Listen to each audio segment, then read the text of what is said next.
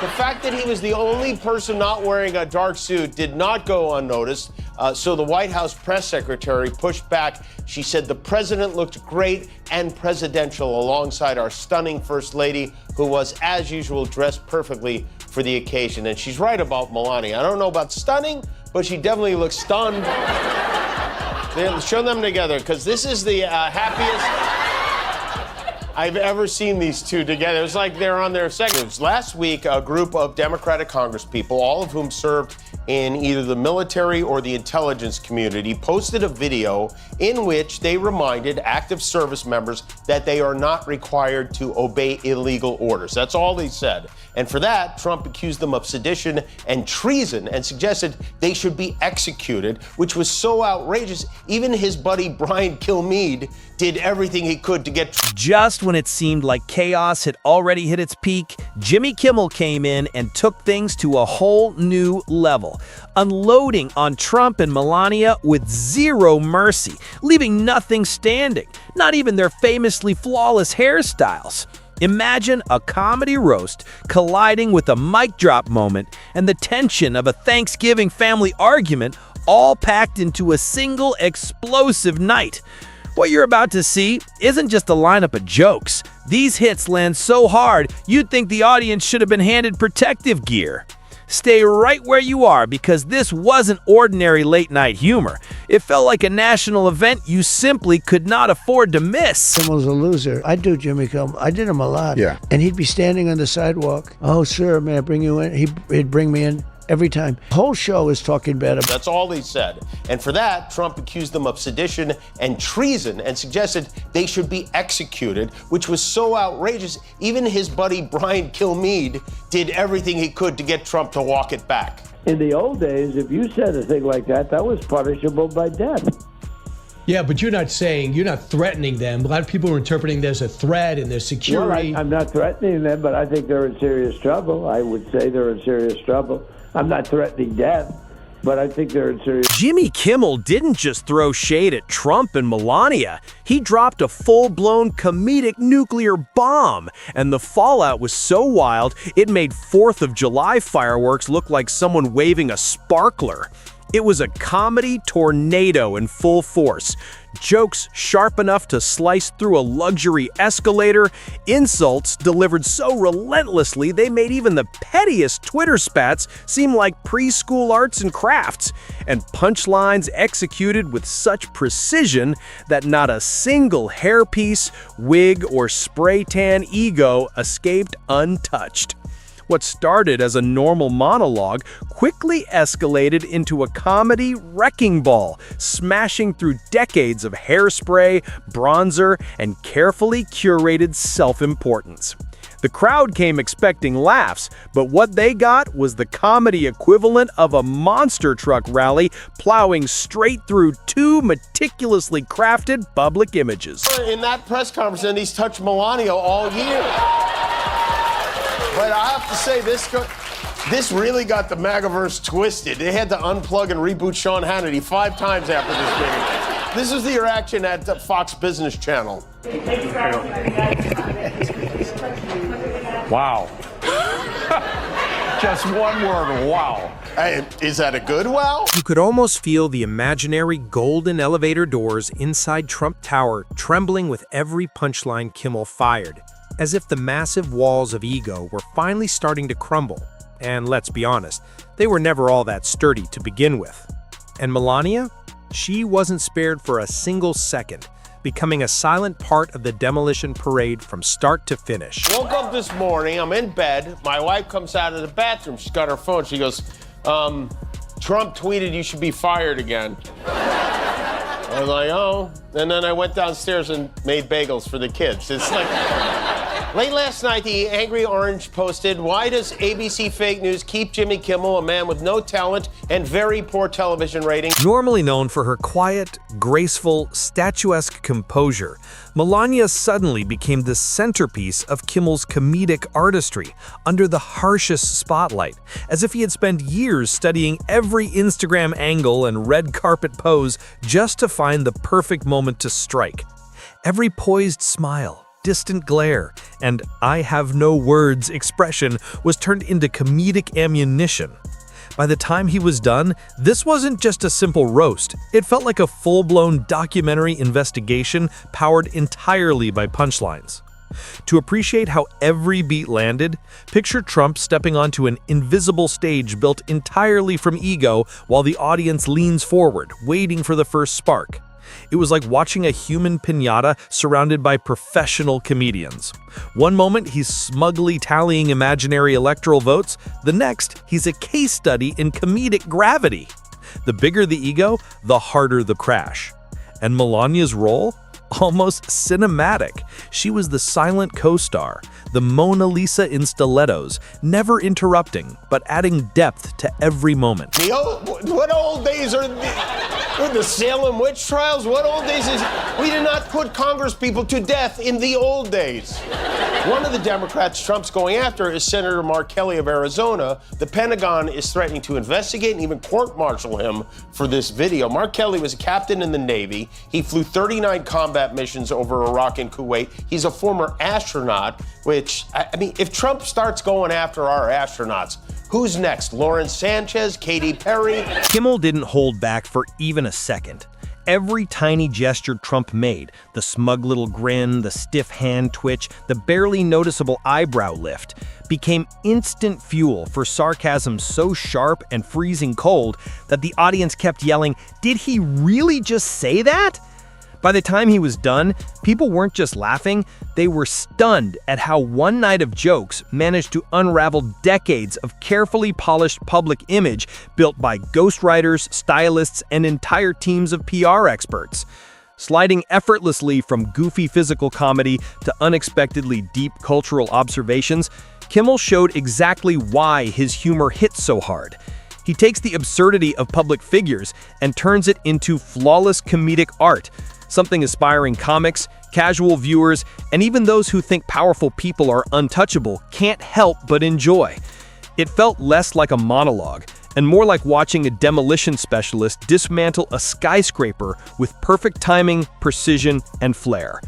And just when everyone assumed he'd reached the limit, when it seemed impossible for him to go any further, Kimmel didn't slow down at all. He pushed even harder. The president either went deep in prayer or deep asleep, I don't know. Meanwhile, our former president, Joe Biden, was there too, and he was chatting people up like he was a greeter at Walmart. He was all over everything. Trump and Biden did not cross paths at the funeral. Trump did not give Biden a ride on Air Force One, as is tradition. When presidents attend the same event, they often travel together, not these two.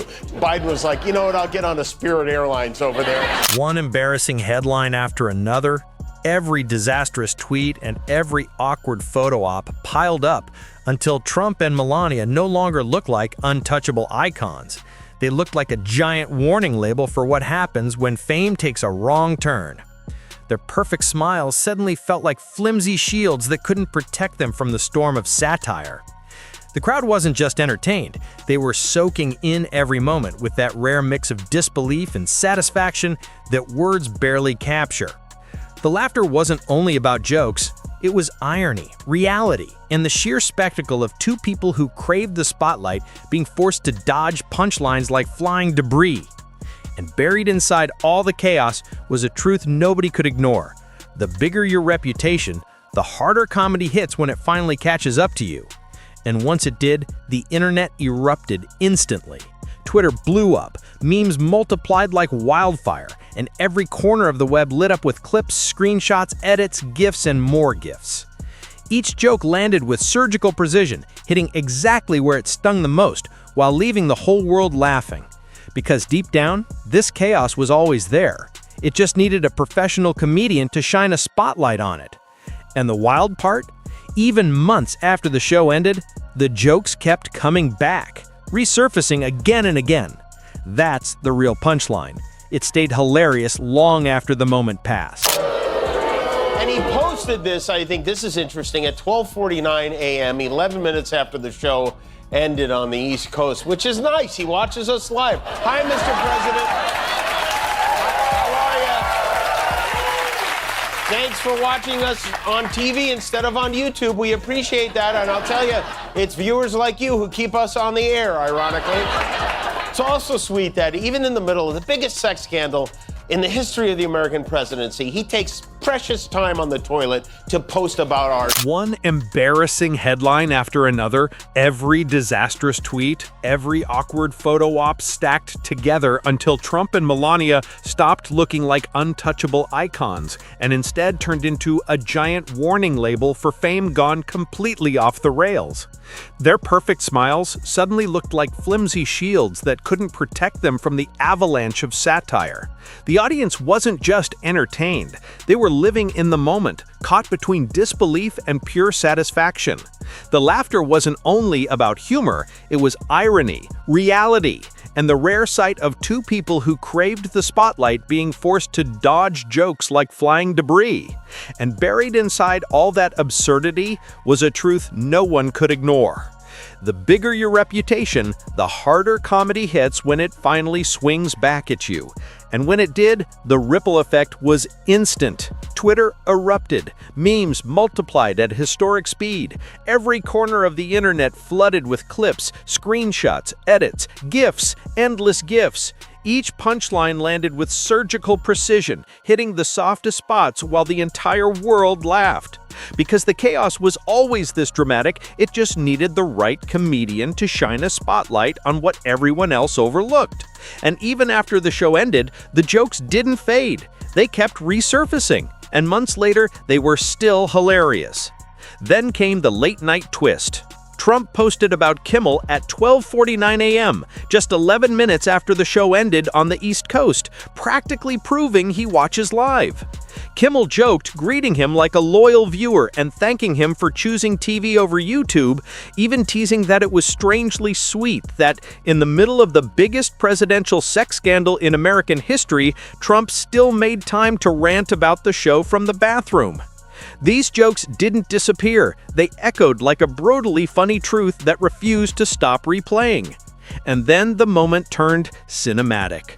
Trump tried to justify himself, barely audible over the roaring laughter, looking like a man who just realized his beloved golden comb had gone missing.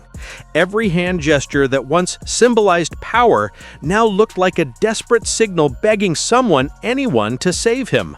The jokes weren't soft, they were guided comedic missiles exposing every weak spot in the image he spent years constructing. One perfectly aimed line had him squinting into the crowd like everyone there had secretly agreed to gang up on him, and every gasp, snicker, and explosion of laughter became part of a live, frame-by-frame demonstration of how a real comedic takedown looks. Trump is trying to get all of his critics thrown in jail. He's also hard at work on the issues that matter most to America. By special order from the White House, Paramount, the movie company that is very eager to please him, we learned today will make a third sequel to Rush Hour starring Chris Tucker and Jackie Chan at the president's request. That's right. He asked for this. Trump's pal Larry Ellison bought Paramount.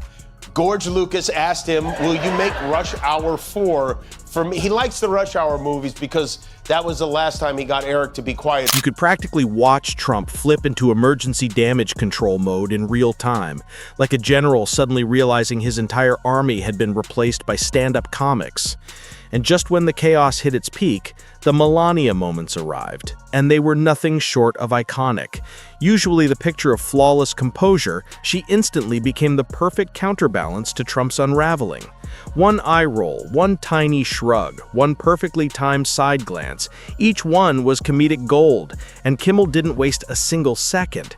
He turned every subtle expression into a razor-sharp punchline that sliced deeper than 1,000 angry tweets. A single eyebrow raise during a joke about Trump's latest disaster had the entire audience erupting with laughter.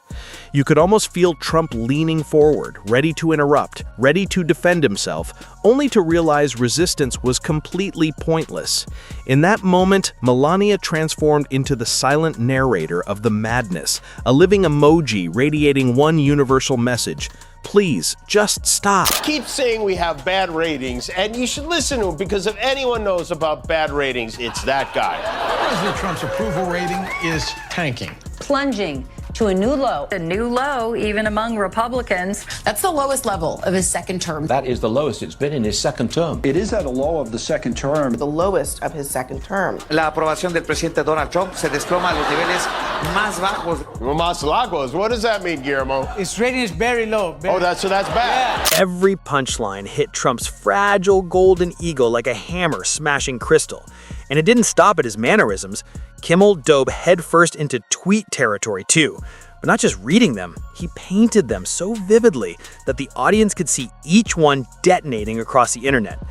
Coffeve.0, he quipped, referencing the original fiasco, and the room completely lost it. Even Melania's subtle nods and tiny smiles became perfect punctuation for the mockery, as if destiny had hired her to silently approve every joke. Then came the physical comedy. Trump flailing in a metaphorical storm, arms reaching for invisible support, hair bouncing like it was caught in an imaginary gusts, while Kimmel narrated the chaos like a slow-motion sports replay. Some moments were almost subtle, others felt straight out of a cartoon. He described Trump trying to justify an event that never even happened, waving his hands like he was conducting an invisible orchestra of imaginary supporters, turning the entire scene into a masterpiece of comedic chaos. We lost count now of how many times the president has demanded I be pulled off the air. I mean, talk about a snowflake, this guy. Every 5 weeks, he flips out and wants me fired. If you got this many threats from a neighbor, you'd have no problem getting a restraining order. The judge would be like, yeah, sounds like the guy's nuts. Boom. It's disturbing. You know, and you've done this before. You tried to get me fired. They strangle me. He's threatening ABC News. He's been trying to get Seth Meyers fired. And we learned today from The Guardian that Trump's billionaire buddy Larry Ellison and his son David Ellison, who are the biggest stockholders in Paramount, and are now... The audience practically shook the studio with laughter. And it wasn't just funny, it was painfully, brilliantly relatable. We've all been in moments where our confidence wildly outpaces reality, but almost nobody has theirs broadcast on national TV. Just when you thought the mockery couldn't go any further, Melania's silent reactions doubled every joke's impact. A tiny tilt of her head, a subtle raised eyebrow, it shot comedic voltage through the entire room. Trump was the chaos on stage, but Melania became the secret weapon, unknowingly amplifying every punchline. Kimmel didn't just roast them, he dismantled them systematically. Stage 1, ego. Every boast and exaggerated gesture obliterated. Stage 2, image. The glamorous identity painstakingly built over decades now looked like a sloppy Photoshop fail. Stage 3, narrative. They were transformed into almost mythical figures trapped in their own satire.